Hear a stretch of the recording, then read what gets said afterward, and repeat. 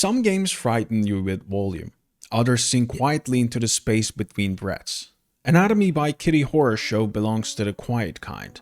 Its horror is soft but sharp, a whisper that settles in your home long after the credits vanish. It is often called a game about a haunted house, but it feels closer to an emotion. It feels like walking into a memory that does not belong to you. Today we're going to step into that darkness and stay there long enough for the walls to speak. This is not only a breakdown of design, but it is a guided descent into what anatomy suggests about homes, bodies, grief, and the spaces we trust when no one is looking. It is a study of silence and the strange things that grow inside it.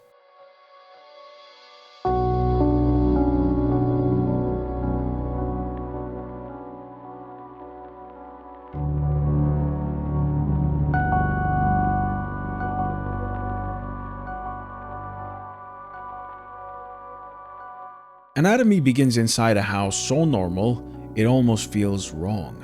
Beige walls, narrow hallways, a kitchen that looks like it should smell faintly of old coffee.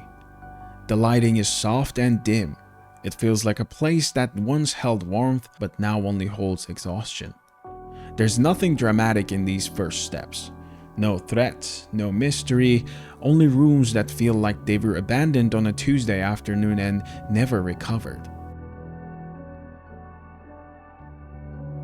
You find a cassette tape, with a cassette next to it in the kitchen. Now you press play.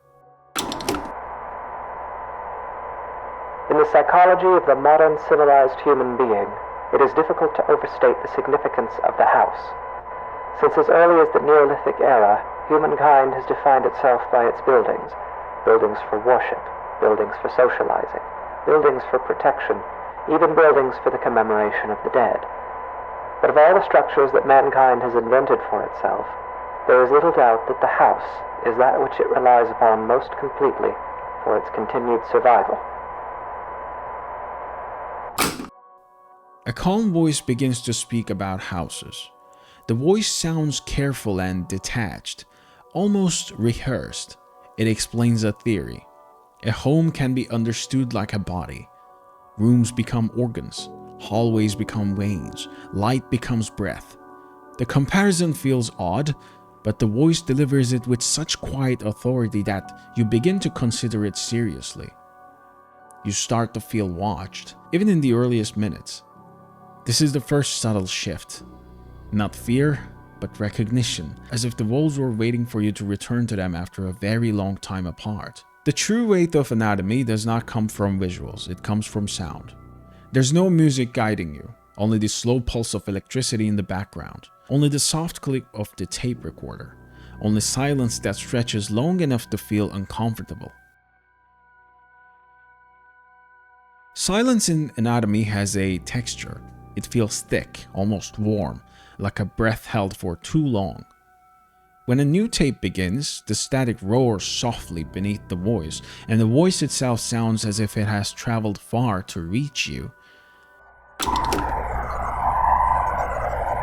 In the psychology of the modern civilized human being, it is difficult to overstate the significance of the house. Since as early as the Neolithic era, humankind has defined the era of the dead. But of all the structures that mankind has invented for itself, there is little doubt that the house is that which it relies upon most completely for its continued survival.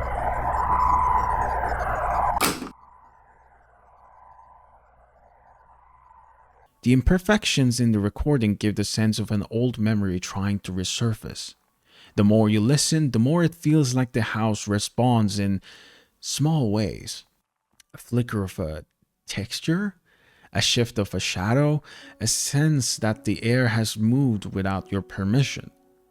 The home begins to behave like something aware, not violently but patiently. There's a moment when you turn a corner and the hallway feels longer than before. The darkness behind you feels heavier than the darkness ahead. The air thickens and your footsteps sound strangely soft. In that moment, the house feels alive, not as a monster, but as a presence, a quiet thing that breathes at the speed of walls settling. A thing that knows you have arrived. A thing that could very well be in your own house, in real life.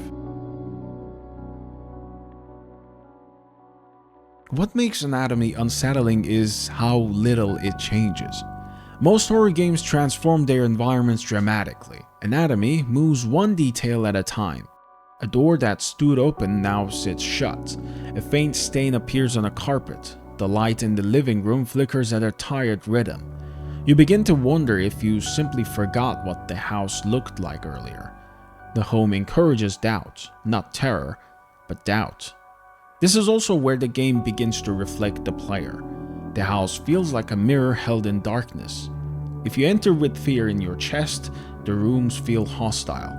If you enter with sadness, the hallways feel lonely. If you enter with boredom, the silence becomes suffocating. The environment absorbs your mood and gives it shape. Every return to the kitchen feels different. Every visit to the bedroom feels colder. The atmosphere shifts not because the game is changing, but because maybe you're changing. It is easy to think of the kitchen and dining room as the stomach or digestive system of a house, though this comparison is tenuous. By contrast, the function and analog of a bathroom should be immediately obvious.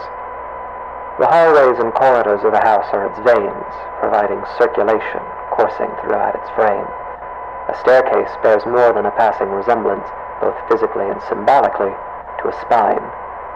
The windows of a house serve much the same purpose as eyes, and anyone who has ever rounded a bend or long drive and come suddenly face to face with a tall, dark manor will tell you that it is difficult to shake the impression that the house, through its lightless windows, is a creature capable of vision and intelligence.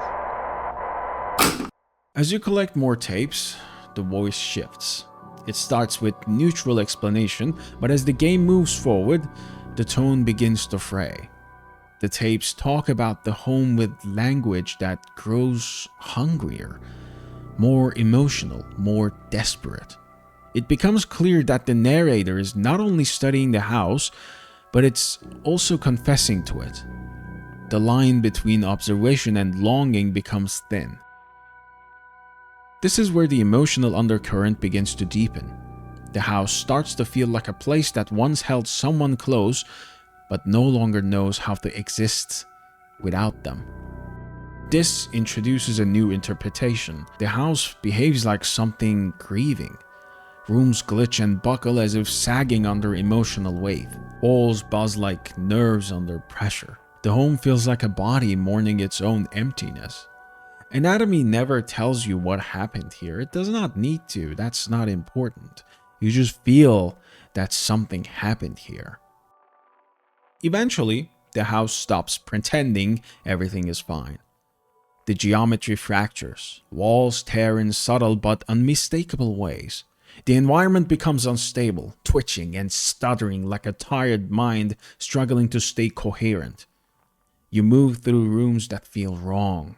Too stretched, too quiet, too aware. For it is here that the house is most likely to betray us.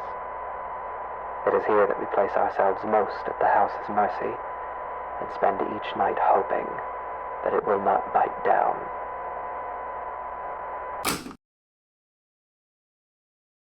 Then the game closes itself. Not a fade to black, not a glitch, not a crash, a direct shutdown. The world refuses to continue. The house rejects the idea of containment. It feels as if the environment has reached its limit and has decided to push back. This moment is terrifying because it expands the boundaries of the story. The home does not stay inside the screen. It behaves like something that wants to slip into the space around you.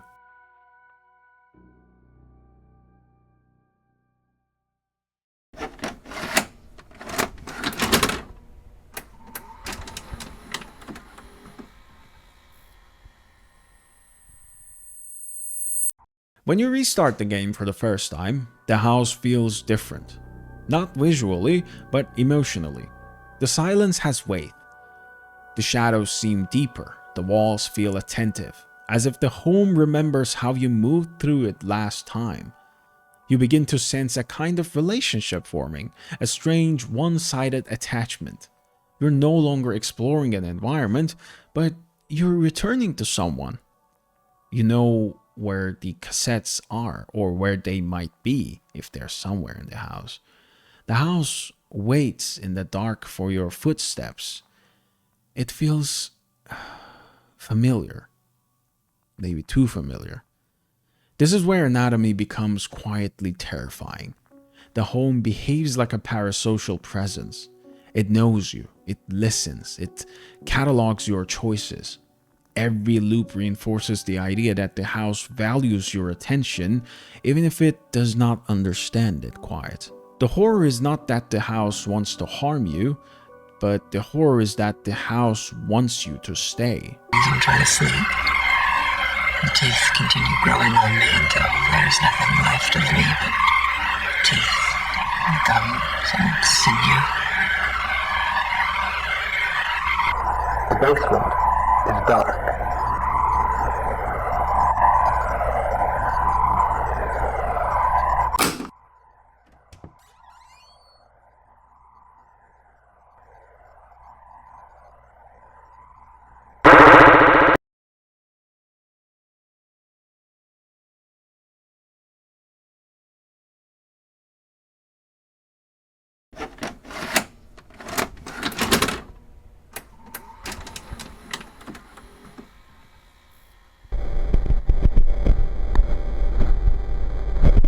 With each restart, the rooms distort further. Hallways twist, textures peel, the world behaves like a digital body, rejecting its own skeleton. It begins tearing itself apart, not violently, but more like inevitably. The house feels like a creature that has awakened inside the limits of a game engine and grown frustrated with its architecture. It stretches against the boundaries of code until the seams split. You see the bones of the world, the illusion breaks. The creature reveals itself as something both digital and emotional. I don't even know if I can call it a creature. That's such a simple term for what we're dealing with here. The home refuses the rules given to it, and that's the point here. It wants to exist in a shape it can no longer hold. The bedroom is perhaps the room that most eludes direct comparison in this section. At a stretch, and allowing for a bit of poetic sympathy, it might be said that the bedroom is not unlike the human mind, or those parts of it which dictate thought and imagination. In the bedroom, I dream that there are teeth growing all over me, everywhere on me and in me, like cysts or bone spurs. They're loose, but I can't remove them because I have no hands. I look out through the bedroom window and I see a truck approaching. A young man steps out, approaches, and enters through the front door. His body is covered in swollen ticks the size of quarters. He's walking through the downstairs hallway and laughing. He begins urinating on the wall. He spits on the carpet. He's moving through the first floor, breaking and upsetting things. He goes to the basement and stands at the top of the stairs. I'm angry at him, so I slam the door and he falls down.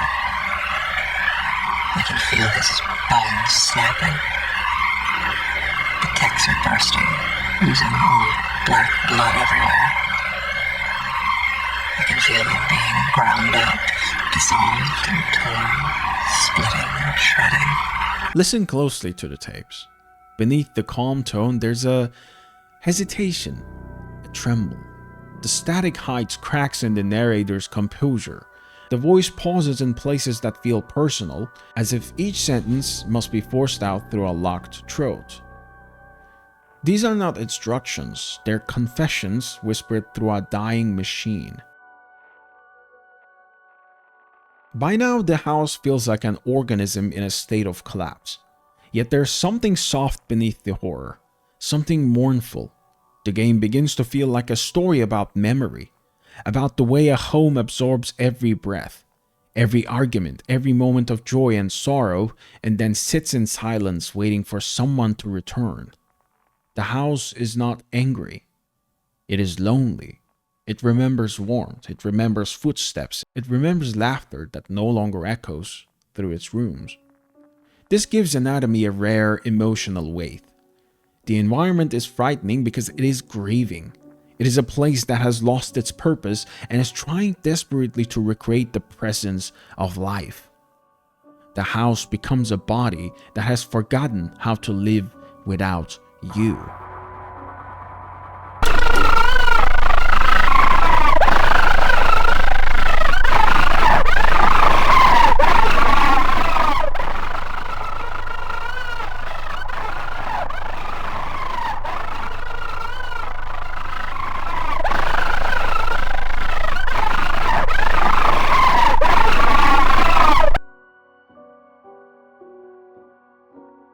Near the end, the tapes begin to speak of mouths, of chewing, of teeth hidden in the walls. The descriptions grow more frantic, more surreal, yet the emotional core remains the same. A house longs for people. A house consumes memories in order to keep living. A house cannot survive without presence. The game ends with a final collapse. No closure is offered, no explanation. The screen fades while the home remains, as if the house has simply turned away from you rather than disappeared. Anatomy leaves the story unfinished, which is what makes it so haunting, admittedly. You leave, but the home continues to breathe in the dark. And by you leave, meaning you as the player. Whoever you were controlling is probably there somewhere still.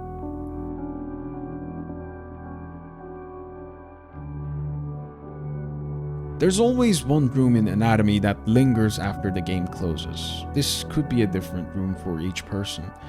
A quiet room, a room that feels like it remembers the shape you left behind. Homes collect shadows of the people who passed through them. They keep warmth, they keep silence, they keep the echo of hesitation. When you step away from Anatomy, the house feels like it misses you. Not consciously, not cruelly, just deeply. The rooms feel empty again, and that emptiness reaches toward you like an old memory trying to return. The fear grows from this simple thought. Not the fear of what lives in the house, but the fear that the house wants you back. Anatomy proves that horror does not need spectacle to leave a mark.